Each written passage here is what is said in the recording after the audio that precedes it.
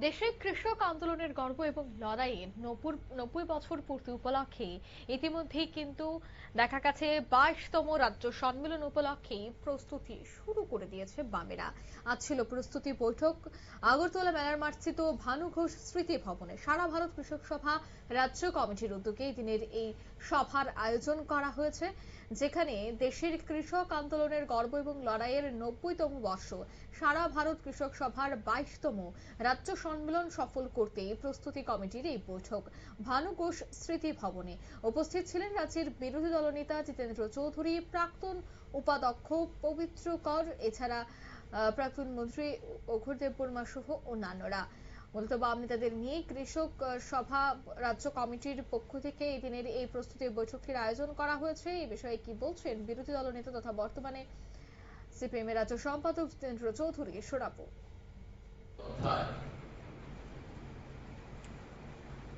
তার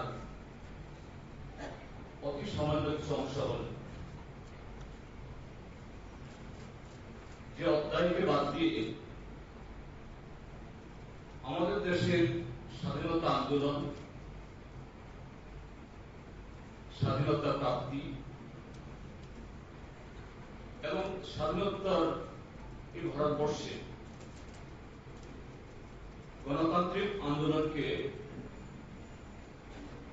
সেরকম বিকশিত করা সম্ভব হতো কিনা, নিশ্চয়ই কৃষক আন্দোলনকে বাদ দিয়ে এটা কখনোই সম্ভব ছিল না। 1937 ইংরাজিতে লখনৌয়ে, সেই 36 ইংরাজিতে যে আনুষ্ঠানিকভাবে যে এই সারা ভারত কৃষক সভা গড়ে উঠেছে, এটা মাত্র সেই সময়কার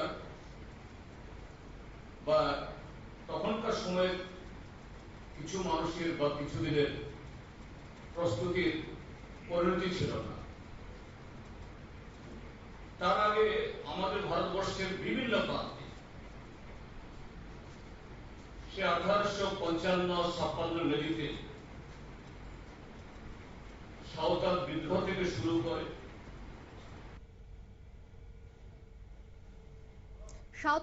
থেকে শুরু করে কৃষক আন্দোলনের যে ইতিহাস এবং এই ইতিহাসে কারা কারা মূলত এই সংগ্রামে যোগদান করেছিলেন, কারা কৃষক আন্দোলন করেছিলেন, তাদের ইতিহাস বর্ণনা করে আজকের এই প্রস্তুতি সভায় আলোচনা করেন জিতেন্দ্র চৌধুরী। নিয়ে নিচ্ছি ছোট্ট একটি বিজ্ঞাপন বিরতির সঙ্গে থাকুন।